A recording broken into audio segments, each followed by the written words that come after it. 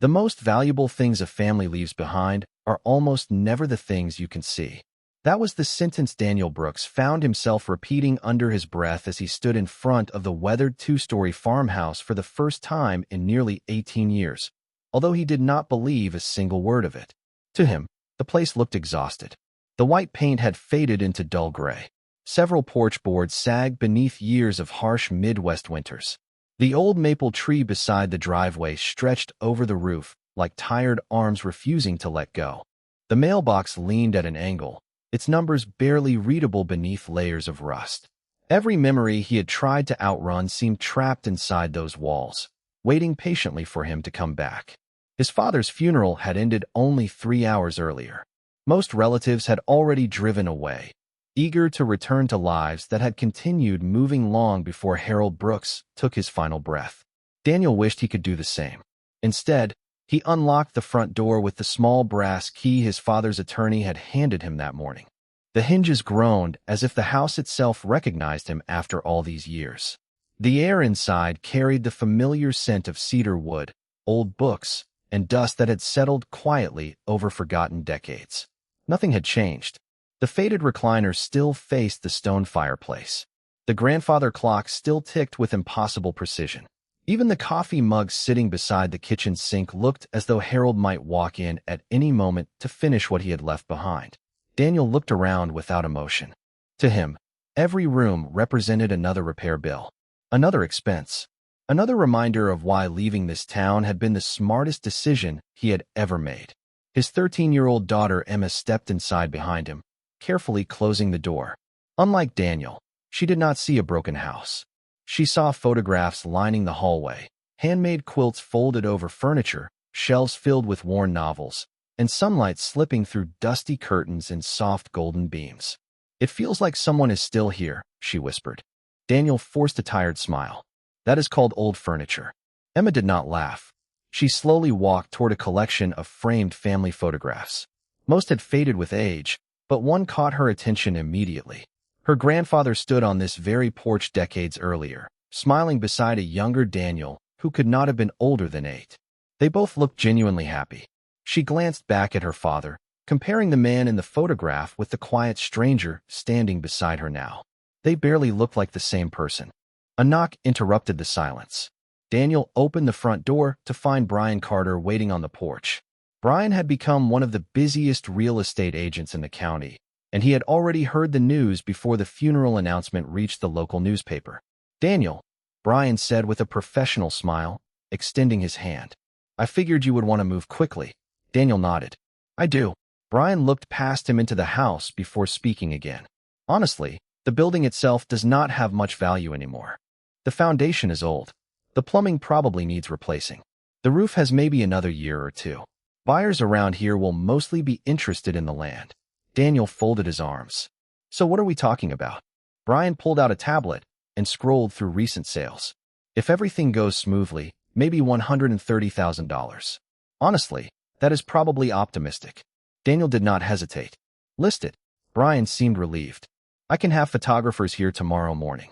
As Brian walked back toward his SUV, he paused beside the porch steps and looked over his shoulder. "Your father was stubborn. Everyone told him to sell this place years ago.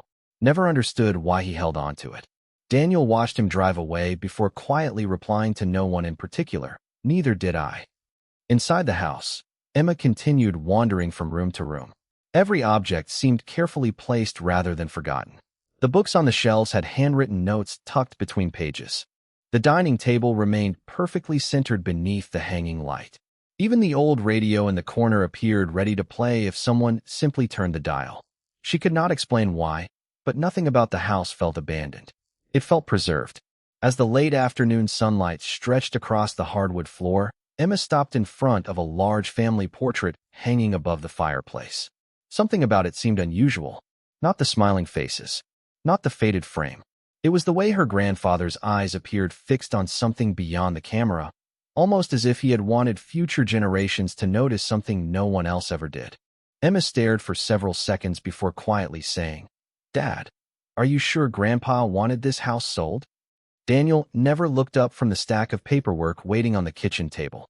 "Sweetheart," he answered, signing another document without hesitation. If this place had anything worth keeping, someone would have found it years ago.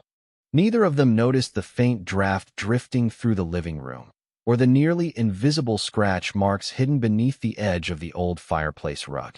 The next morning arrived wrapped in cool autumn air, and the sound of tires crunching across the gravel driveway echoed through the quiet property before Daniel had even finished his first cup of coffee. Brian Carter climbed out of his SUV carrying a camera bag, while two assistants followed with measuring equipment and folders full of listing paperwork. Everything about them moved with practiced efficiency. To them, this was simply another property that would soon appear online with polished photographs and carefully chosen descriptions. Daniel met them on the porch and unlocked the front door once again. Brian stepped inside, glanced around with experienced eyes, and immediately began making notes. Original hardwood floors, he muttered.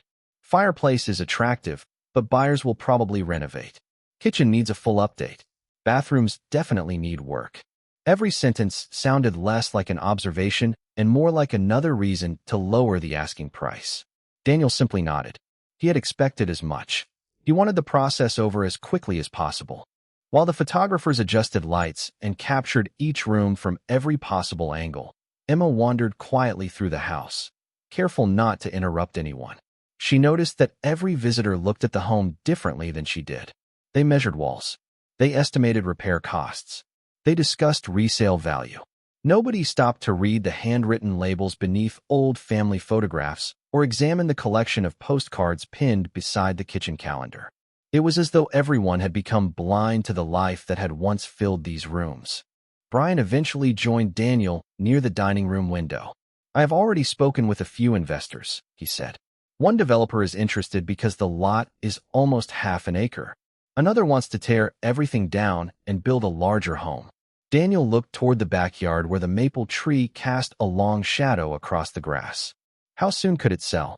If we price aggressively, maybe 2 weeks. Daniel gave a short nod. Good. Brian hesitated before adding, I know this is your family home, but emotionally holding on to old houses usually costs people money. Daniel answered without looking at him. I am not holding on to anything. Across the room, Emma overheard every word. She turned her attention toward the hallway, feeling strangely unsettled. She could not explain why, but every time someone talked about demolishing the house, something inside her resisted the idea. After lunch, Brian finished the final walkthrough and handed Daniel a preliminary listing agreement. Think it over tonight, he said. If you sign tomorrow, we will have it live before the weekend. As the vehicles disappeared down the road, silence settled over the property once again. Daniel sat alone at the kitchen table surrounded by paperwork while Emma wandered outside. She walked slowly around the house, tracing the cracked stone path that led toward the old tool shed. Fallen maple leaves covered most of the ground, crunching beneath her sneakers with every step. Behind the shed, she noticed an aging wooden swing hanging from a thick oak branch. Its ropes had faded almost white with age, yet the seat remained surprisingly sturdy. She sat down and gently pushed herself back and forth while staring at the house. Something about its windows felt almost watchful, as though generations of memories still looked outward from inside. When the afternoon breeze grew stronger, she returned indoors through the back entrance. Passing the mudroom, she noticed dozens of small pencil marks on the wall beside the doorframe. Names and dates had been written beside each line, recording the heights of family members over decades. Daniel's name appeared repeatedly from elementary school through high school before the markings suddenly stopped.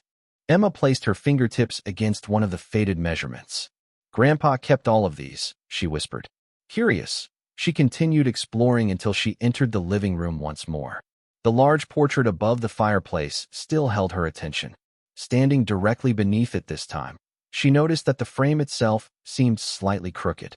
She reached up to straighten it, expecting nothing more than a loose nail. Instead, the frame shifted farther than it should have, revealing a narrow gap between the wall and the backing. Carefully lifting it away, she discovered a tiny brass hook hidden behind the picture. Hanging from the hook was an old key attached to a faded leather tag. There was no label, no explanation, only one word written neatly in black ink that had barely survived the years. Someday. Emma held the key in her palm, feeling its unexpected weight. It was unlike any modern house key she had ever seen, longer and thicker, with intricate grooves worn smooth from years of use.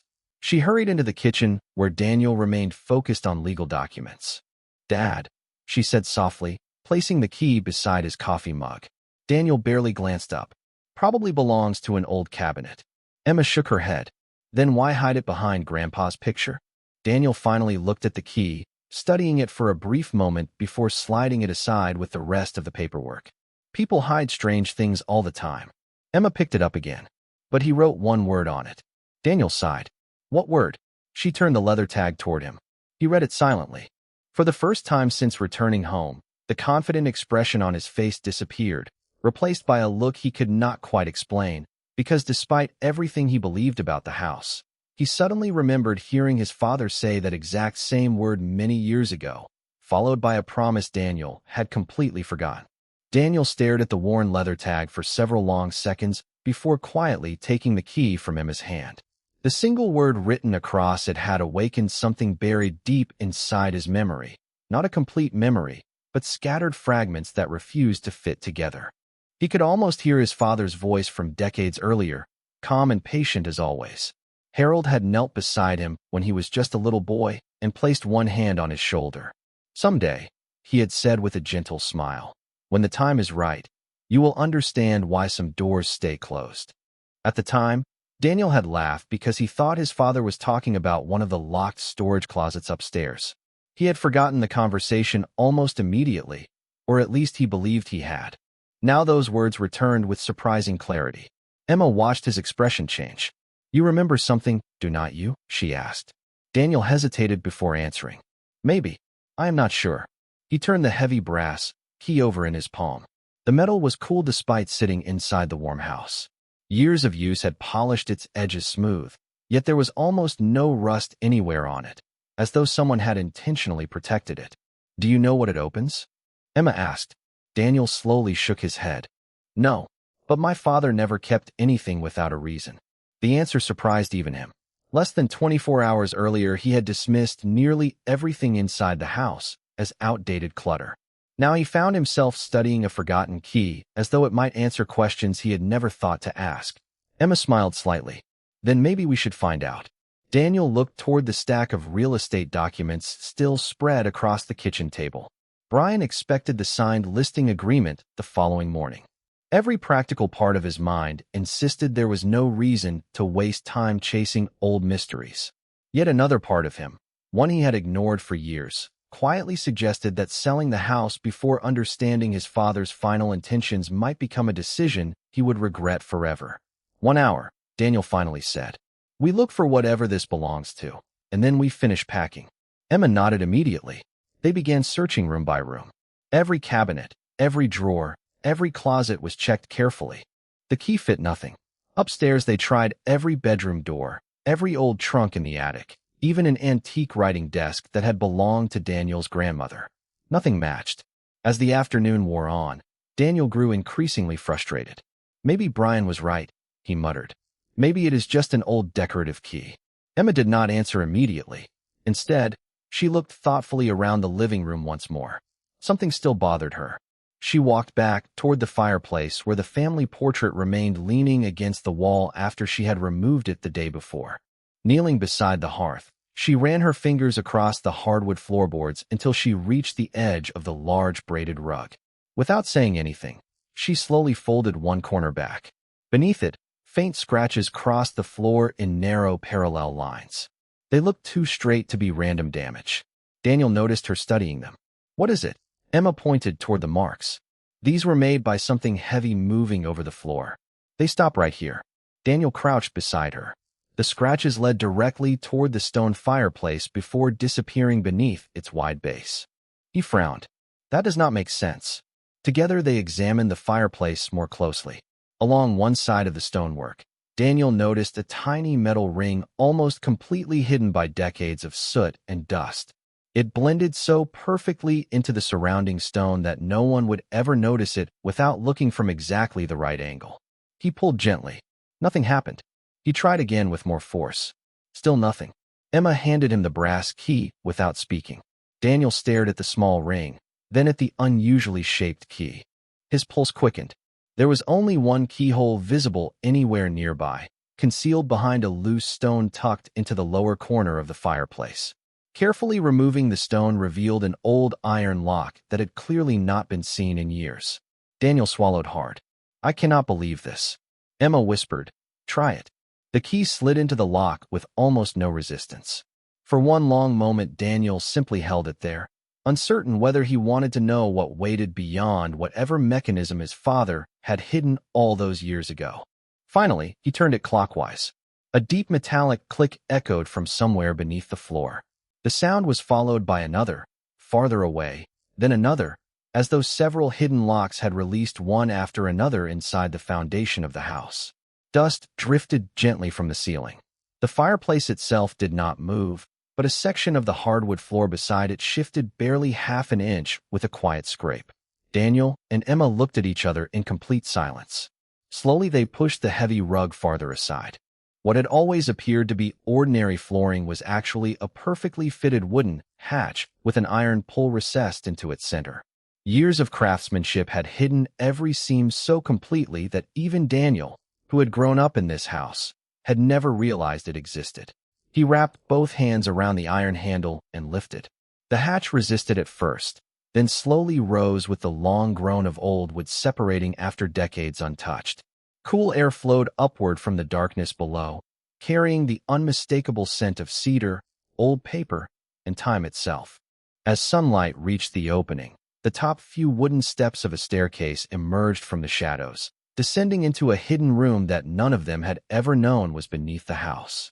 Daniel reached for the flashlight hanging beside the back door before returning to the open hatch. He switched it on, sending a narrow beam of light into the darkness below. The wooden staircase disappeared farther than he expected, descending nearly 12 feet beneath the house before ending at a stone floor. The walls were lined with thick oak beams that looked as solid as the day they had been built. There were no broken steps, no signs of water damage, and almost no dust floating through the air. It was as though someone had quietly maintained this hidden place long after everyone believed it had been forgotten. Emma stood beside him with wide eyes. "Grandpa built all of this?" she whispered. Daniel slowly nodded. Although the answer felt impossible, he had spent his entire childhood inside this house. He had helped his father repair the roof, repaint the porch, and replace windows during summer vacations. Yet Harold Brooks had somehow hidden an entire underground room without Daniel ever noticing. Daniel carefully stepped onto the staircase, testing each step before putting his full weight on it. The old wood answered with only the faintest creak. Emma followed a few feet behind while the flashlight beam swept across the walls. Instead of rough concrete, the basement had been finished with smooth cedar planks that still carried a faint natural scent despite the passing decades. Small electric light fixtures were mounted along the ceiling, connected by neatly organized wiring. Daniel found a switch near the bottom step and pressed it almost without thinking. One by one, warm yellow lights flickered to life across the room. The sight stole every remaining word from both of them. This was not a storage basement. It looked more like a carefully designed study that time had simply forgotten. Bookshelves stretched from floor to ceiling along the far wall, filled with binders, journals, and carefully labeled boxes. A heavy oak desk stood in the center of the room with a green reading lamp still resting beside neatly stacked papers. A vintage reel-to-reel tape recorder sat on one corner of the desk beside several cassette tapes labeled in Harold's unmistakable handwriting. Framed family photographs decorated the walls, but these were different from the ones upstairs. Many showed moments Daniel had never seen before. There was a picture of Harold shaking hands with a judge outside a courthouse. Another showed him standing beside a young woman Daniel did not recognize. A third captured his grandparents smiling in front of a business building with a sign that read Brooks Hardware Company. Daniel stared at the photograph in confusion. "We never owned a hardware store," he said quietly. Emma walked toward one of the bookshelves, running her fingers across handwritten labels. Every binder had a date. Every box had been cataloged. Every folder sat perfectly aligned as though Harold had expected someone to arrive eventually and understand the system immediately. There was nothing random about the room. It had been prepared. Daniel slowly approached the desk. Resting directly in the middle was a sealed envelope with only 3 handwritten words across the front. For Daniel, his hands trembled slightly as he picked it up. The paper looked old, yet perfectly preserved. The envelope had never been opened. Emma looked up at him. He knew you would find this. Daniel swallowed without answering. Carefully breaking the seal, he unfolded several neatly written pages. Harold's handwriting appeared steady and deliberate from the first line to the last. Daniel began reading silently, but after only a few sentences his breathing slowed. Emma noticed tears beginning to gather in his eyes. "What does it say?" she asked softly. Daniel looked at her before reading aloud. "If you are holding this letter, then you finally chose to stop looking at this house with your eyes and started looking with your heart. I prayed that day would come, even if I never lived to see it." Daniel paused, unable to continue for a moment. His father had never been a man of dramatic speeches. Harold believed actions mattered more than words. Yet every sentence carried the calm honesty Daniel remembered from childhood. He continued reading. "Everything you were told about our family is incomplete. I made many mistakes, but allowing you to believe that our story began with loss may have been my greatest regret. Before you decide what this house is worth, you deserve to know what it has protected all these years." Daniel lowered the pages and looked around the room once more. Suddenly, every carefully organized shelf, every labeled box, every photograph seemed connected to a larger story, waiting patiently to be uncovered. Emma noticed another object resting beside the envelope. It was a brass nameplate mounted on a polished wooden base. The engraved words caught the light from the desk lamp. "Brooks Family Archive. Established 1984. She looked around again with entirely different eyes. This room had never been built to hide money. It had been built to preserve truth. Daniel slowly opened the top drawer of the desk. Inside were dozens of cassette tapes arranged in chronological order, each carrying a handwritten date and a short description. Personal journal, family records, court meetings, property files, witness interviews. Daniel frowned. Witness interviews? Emma looked equally confused. What was Grandpa investigating? Before Daniel could answer, his attention shifted to the far corner of the room, where a large steel filing cabinet stood locked beneath another handwritten note attached with faded masking tape. The note contained only one sentence. "Do not open this cabinet until you have finished listening to my story." Daniel sat down slowly in the worn leather chair behind his father's desk, holding the first cassette tape as though it were far more fragile than plastic and magnetic tape. The handwritten label simply read "Beginning." Beside the tape recorder lay a small note in Harold's familiar handwriting. "If this machine still works, then perhaps patience still does too." Daniel almost smiled. It sounded exactly like something his father would say. He inserted the cassette, pressed the play button, and after a brief hiss of static, Harold Brooks filled the quiet room with the same calm voice Daniel had not heard since the funeral. "If you are listening to this, my son, then you finally found the room I prayed would stay hidden until you were ready. Not because I wanted secrets between us, but because some truths become dangerous when discovered too early." Daniel leaned back, without speaking, while Emma quietly settled into a nearby chair. Harold continued, "You probably believe our family lost everything because I made poor business decisions. That is what most people in town believed. It was easier to let them think that than to spend the rest of my life fighting rumors that powerful people wanted everyone to accept as facts." Daniel frowned. That story had shaped his entire childhood.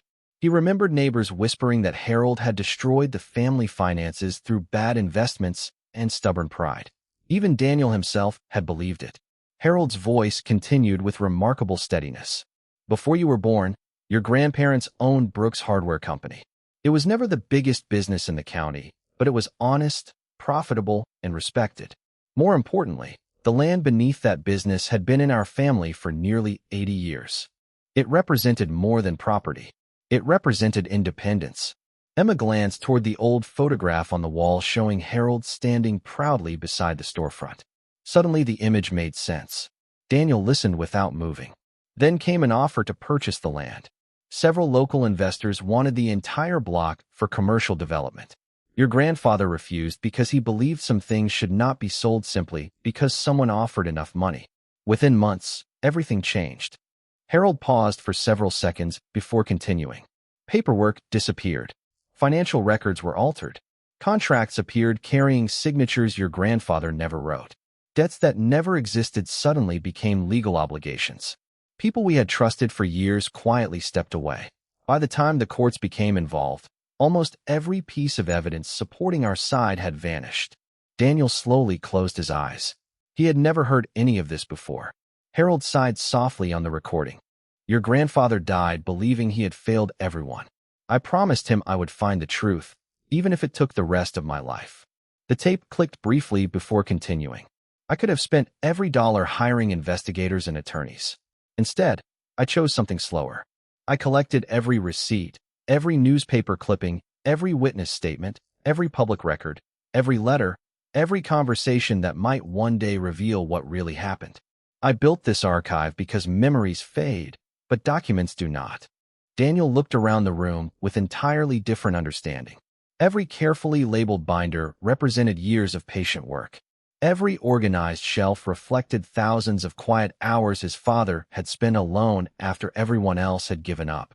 Emma stood and walked toward one of the filing shelves. She gently removed a thick binder labeled Property Transfers 1978 through 1986. Inside were neatly organized copies of county records, handwritten timelines, newspaper articles, and detailed notes connecting names, dates, and transactions. Nothing appeared random. Harold had documented everything with extraordinary precision. Daniel whispered almost to himself. He spent decades doing this. The tape continued. You may wonder why I never told you. The answer is simple. I wanted you to build your own life instead of carrying my unfinished burden. Every father hopes his child inherits opportunity, not old battles.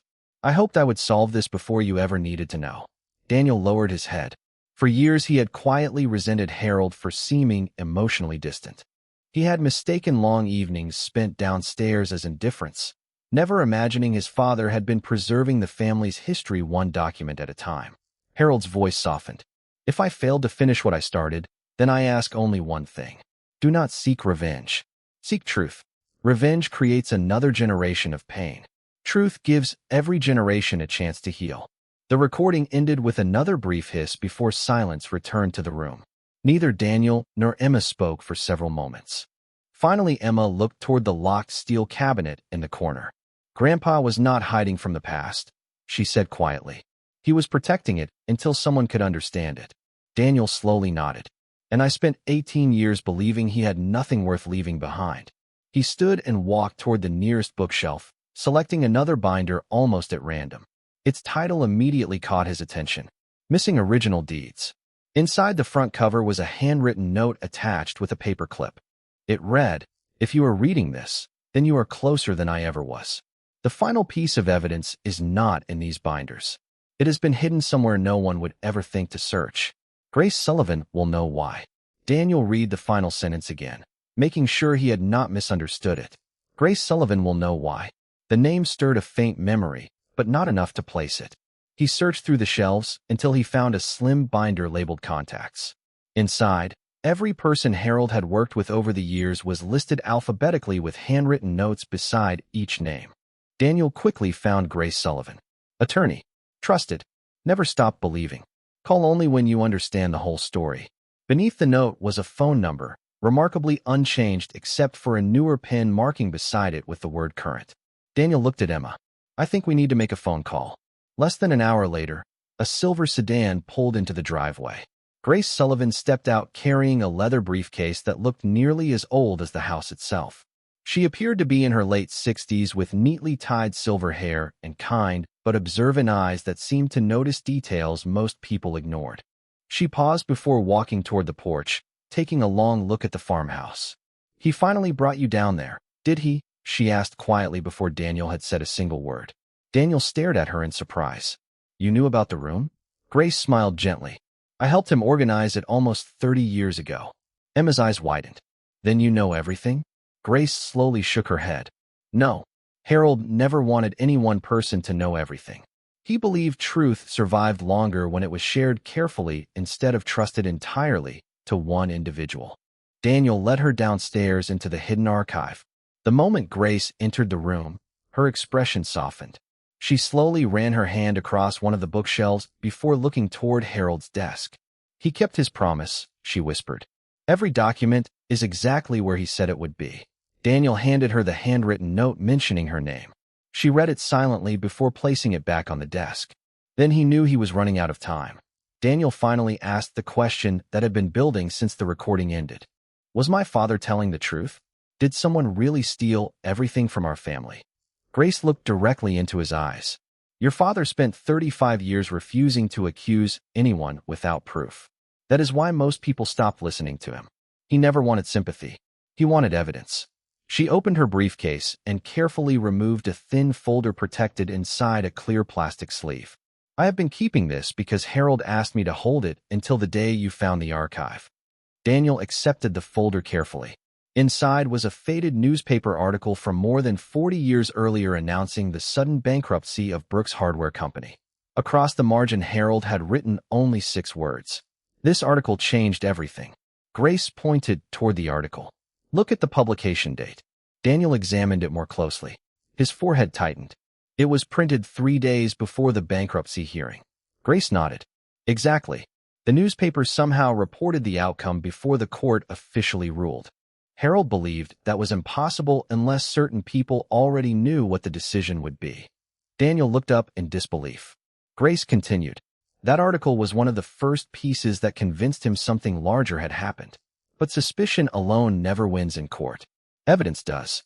Emma listened carefully before asking, did Grandpa ever find that evidence? Grace remained silent for a moment before answering. He found pieces. Hundreds of pieces. Every year another document. Another witness. Another missing receipt. Another forgotten letter. He spent decades assembling a puzzle that everyone else had abandoned. Daniel slowly turned another page inside the folder. It contained copies of handwritten interviews with former employees, county clerks, bank workers, and neighbors. Some statements supported Harold's theory. Others raised even more questions. Grace smiled sadly. Your father had incredible patience. Most people wanted immediate answers. Harold believed truth had its own timetable. Daniel looked around the archive once more. Suddenly the room no longer felt like a secret basement. It felt like a lifetime measured one page at a time. Grace walked toward the locked steel cabinet in the corner. She rested her fingertips gently against the cold metal, but made no attempt to open it. He told me this cabinet would remain locked until you understood one lesson. Daniel asked quietly, which lesson? Grace answered without hesitation, that the greatest inheritance he could leave you was never property. It was the ability to separate facts from assumptions. Daniel lowered his eyes. He realized how quickly he had assumed the house was worthless, how easily he had accepted the version of history everyone repeated, and how little he had questioned any of it. Grace reached into another compartment of her briefcase and removed a small brass key attached to a blue ribbon. Harold gave me this 15 years ago. Daniel immediately recognized the key. It matched the craftsmanship of the one that had opened the hidden room. He told me I would know exactly when to return it. Grace placed it gently into Daniel's hand. This opens the steel cabinet. Daniel looked toward the cabinet with growing anticipation, but before he could take a single step, Grace quietly raised one finger. Before you unlock it, there is one more thing you need to understand. Harold believed the most important document was never stored inside that cabinet. According to his final notes, it had been hidden somewhere even safer, in a place every member of your family had walked past for decades without ever realizing what they were seeing. Daniel held the second brass key tightly as he walked toward the steel cabinet. Every step felt heavier than the last, not because he expected to find riches behind the locked door, but because he finally understood what his father had spent most of his life protecting. Grace stood quietly beside the desk while Emma watched with nervous anticipation. The cabinet was almost 6 feet tall, painted dark green decades earlier, with only a few scratches marking the passing years. Daniel inserted the key into the lock. Unlike the hidden hatch upstairs, this lock turned immediately with a smooth click. He slowly opened the heavy door. Inside were 5 shelves, each lined with carefully labeled archive boxes. Every box carried a year written in Harold's handwriting, beginning with 1984 and ending only 6 months before his death. On the highest shelf rested a single wooden case unlike anything else in the cabinet. It had no year written on it. Instead, a small brass plate simply read final evidence. Daniel carefully lowered the case onto the desk. Grace nodded without speaking. He lifted the lid. Inside were several sealed envelopes, a leather-bound journal, an old camera with undeveloped film, and a thick folder marked originals. Daniel opened the folder first. His eyes widened almost immediately. These were not photocopies. They were original property deeds bearing official county seals, handwritten signatures, notarized stamps, and survey maps dating back nearly 80 years. Grace leaned forward.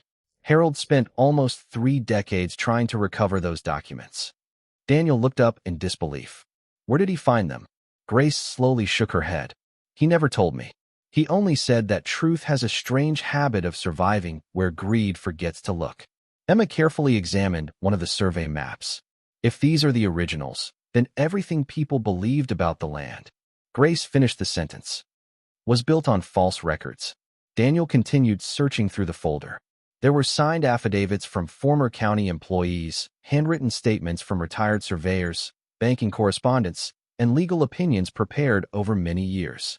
Every document connected another missing piece of the story Harold had described on the recordings. Then Daniel opened the leather journal. Unlike the organized binders surrounding them, this notebook contained deeply personal entries written over decades. Harold rarely described legal strategy. Instead, he wrote about hope, disappointment, patience, and family. One entry stopped Daniel completely. Today Daniel asked why I spend so much time downstairs. I almost told him everything. Instead, I told him I was organizing old papers. He looked disappointed. I pray he forgives me someday. I would rather have my son think I ignored him than allow him to carry this burden while he is still young. Daniel quietly closed the journal for a moment. The memory struck him with painful clarity. He remembered standing outside the locked study door as a teenager, convinced his father cared more about paperwork than spending time together. For years, that misunderstanding had quietly grown into emotional distance neither of them ever fully repaired. Emma gently placed her hand on his shoulder. Daniel opened the journal again. Another entry had been written only weeks before Harold passed away. Emma asked me why old houses smell different. I told her that Wood remembers every season it survives. She laughed. Children understand more than adults realize. Perhaps she will notice what others overlook. Emma smiled through moist eyes. He knew me better than I realized. Grace nodded softly. Your grandfather admired your curiosity. Daniel reached for one of the sealed envelopes inside the wooden case. Across the front, Harold had written only 2 words. Not yet. Beneath it, in smaller handwriting, another instruction appeared. Open only after finding what everyone missed. Daniel looked toward Grace. I thought this was the final evidence. Grace folded her hands together. It is not. Harold always believed one piece remained hidden. These documents prove your family's case. That missing piece explains how everything happened in the first place. Daniel looked around the archive. Every shelf had now been searched. Every box had been opened. Then where is it? Grace walked slowly toward the staircase leading back upstairs. She stopped halfway before turning back toward Daniel. Do you remember what Harold always loved more than winning an argument? Daniel thought for several moments before answering quietly. Teaching. Grace smiled. Exactly. Harold believed people only truly value answers they discover themselves. She pointed toward the ceiling above them. The clue has never been down here. It has been waiting in the house all along. Emma suddenly remembered the family photographs upstairs, the height markings beside the mudroom door, the strange way Harold always insisted that nothing important should ever be thrown away. She looked at Daniel with growing excitement. Dad, what if Grandpa never hid the last piece in a secret room? Daniel slowly understood what she meant. If Harold expected future generations to find it naturally, then the perfect hiding place would not be hidden at all. It would be somewhere every family member saw almost every day without ever questioning its importance. For the first time since opening the hatch beneath the fireplace, Daniel realized the greatest mystery might not be beneath the house anymore. It might have been quietly hanging in plain sight above their heads for decades. Daniel hurried upstairs with Emma and Grace close behind, each of them seeing the house differently than they had only hours before. What had once looked like aging furniture and faded decorations now felt like carefully placed pieces of a puzzle. Every photograph, every handwritten note, every worn object might have been left exactly where Harold intended. Daniel stopped in the living room and slowly turned in a full circle. If Dad wanted us to find something naturally, he said, He would have hidden it somewhere we looked at all the time without really seeing it. Grace nodded. Harold believed familiarity makes people stop paying attention. Emma walked toward the long hallway connecting the living room to the front door. Along the wall hung dozens of framed family photographs arranged in chronological order. She studied each one carefully. Birthdays, graduations, weddings, holidays. Generations of smiles captured over nearly a century. Then she noticed something she had somehow overlooked before. Every frame had been replaced over the years except one. Near the center of the wall hung a simple black wooden frame containing an old landscape painting of the family property. Unlike the photographs around it, no one in the painting appeared important. It showed only the farmhouse, the maple tree, and a bright summer sky. Emma tilted her head. Dad, why would Grandpa keep a painting here instead of another family picture? Daniel looked at it closely. I have seen that painting my entire life. Grace smiled softly. Exactly. Emma stepped closer until she was only inches away. The brushstrokes looked ordinary, but something about the frame caught her attention. Tiny scratches surrounded two brass screws that looked newer than the rest of the wood. She gently touched one corner. This frame has been opened before. Daniel carefully lifted the painting from the wall and carried it to the dining table. Turning it over, he found the backing secured with 4 brass screws instead of ordinary clips. Harold had clearly wanted whatever was inside to remain protected. Daniel borrowed a screwdriver from the kitchen drawer and slowly removed each screw. Emma held her breath as the backing separated from the frame. Behind the canvas rested a flat waterproof envelope sealed inside clear protective plastic. Daniel stared at it without speaking. Across the front, Harold had written only one sentence. Some truths belong where families gather, not where strangers search. Grace closed her eyes for a brief moment. He did it again, she whispered. Daniel carefully opened the envelope. Inside lay the final original property deed, bearing every official seal and signature that had disappeared from county records decades earlier. Attached to it was another notarized affidavit signed by a retired county recorder only months before Harold's death. The statement explained that official documents had been intentionally replaced during a fraudulent transfer many years earlier and identified exactly which records had been altered. Grace immediately recognized the significance. This is it, she said quietly.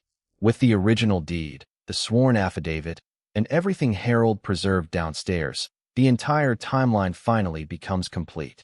Daniel continued reading. Harold had also included a handwritten explanation addressed specifically to him. I chose this place because every family walks past their history every day without realizing how close they are to it.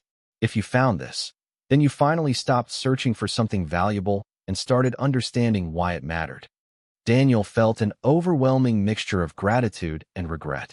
His father had never expected him to become wealthy from these papers.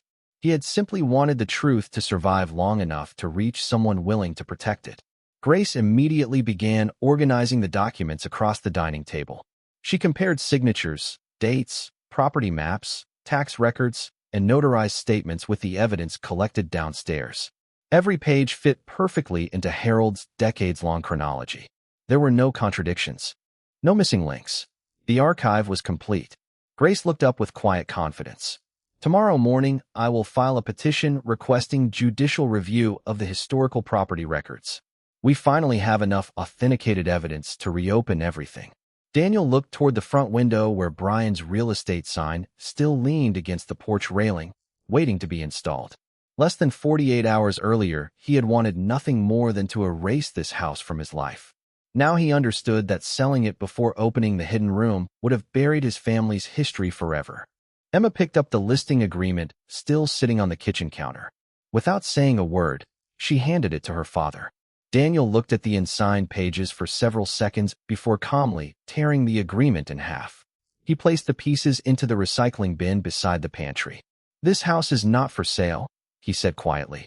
Grace smiled. Your father would have been proud of that decision. Daniel shook his head gently. Not because of what these papers might be worth. He looked around the familiar rooms that suddenly felt alive with generations of quiet perseverance. Because I finally understand what he was asking me to protect. Outside, the evening sun settled behind the old maple tree, casting long golden light across the porch where Harold had once stood with his young son decades earlier. For the first time since returning home, Daniel no longer felt as though he had inherited an old house. He felt as though he had finally come home to the family story that had been patiently waiting for him all along. 3 months later, the farmhouse looked almost exactly as it had the day Daniel returned after his father's funeral, yet everything inside had changed. Fresh sunlight poured through newly cleaned windows. The old porch had been repaired one board at a time, and laughter once again drifted through rooms that had spent too many years in silence.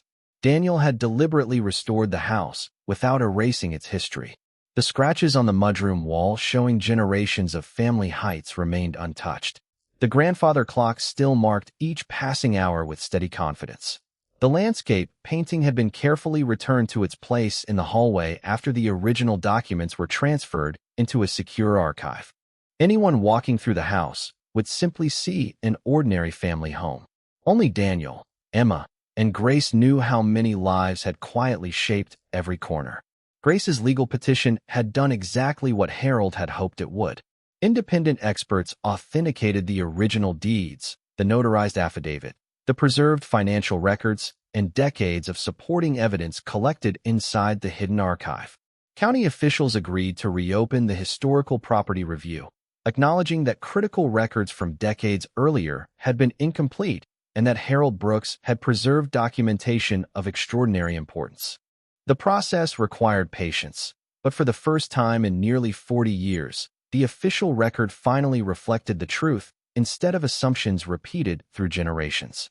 Daniel never celebrated the decision as a personal victory. Every time someone congratulated him, he answered the same way. "My father did the hard part.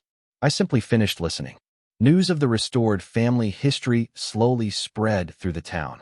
Neighbors who had quietly repeated old rumors for years began stopping by the farmhouse with handwritten notes, faded photographs, and stories they had never considered important before. One retired mail carrier remembered delivering certified letters Harold had refused to throw away. Another neighbor produced an old photograph showing Brooks Hardware Company during its busiest years. A former employee shared payroll records he had unexpectedly discovered while cleaning his attic. Daniel accepted every contribution with gratitude because he finally understood something his father had known all along. Truth rarely survives because of one person. It survives because ordinary people decide that honesty still matters. The hidden room beneath the fireplace also found a new purpose. Daniel and Emma spent weekends organizing every shelf, scanning fragile documents into digital archives while carefully preserving the originals. They labeled photographs, restored damaged letters, and recorded family stories that older relatives still remembered. Grace often joined them, smiling each time another piece of forgotten history found its proper place. One afternoon, Emma carefully replaced the brass nameplate on Harold's desk after polishing it until it shined again. Brooks Family Archive, established 1984. She looked at her father and quietly asked, "Should we change the date now that we are taking care of it?" Daniel gently shook his head. "No. Grandpa started this. We are only continuing it." Later that evening, they listened to Harold's final cassette recording, one they had intentionally saved until every other tape had been heard. His familiar voice filled the quiet room one last time. "If you have reached this recording, then I hope you understand why I never measured success by winning. Winning depends on circumstances you cannot always control. Faithfulness depends only on the choices you make every day. If our family's name is ever remembered kindly again, let it be because we valued truth more than comfort, patience more than anger, and hope more than despair. Those are the only inheritances that never lose their value." The tape ended without dramatic music or emotional farewell. It simply clicked to silence, exactly as Harold would have wanted. Daniel sat quietly for several minutes before turning off the recorder. He realized that the greatest gift his father had left behind was not evidence proving what had happened decades earlier. It was the example of a man who had refused to surrender his integrity even when almost everyone believed he had already lost. As autumn slowly gave way to winter, the maple tree outside dropped its final leaves across the front yard. Emma stood on the porch watching them drift through the cool afternoon air before looking back toward the warm lights glowing inside the house. "Grandpa was right," she said softly. Daniel smiled. "About what?" Emma looked at the old home, standing proudly beneath the evening sky. Some things only make sense when you stop looking with your eyes. Daniel placed one hand gently on her shoulder. Together they turned and walked back inside, closing the front door behind them, not to hide the past, but to protect a future built upon truth that had waited patiently beneath the surface all along, proving that the greatest inheritance any family can leave is never measured by the value of a house, the size of a bank account, or the worth of a piece of land, but by the courage to preserve what is right until the next generation is finally ready to understand it.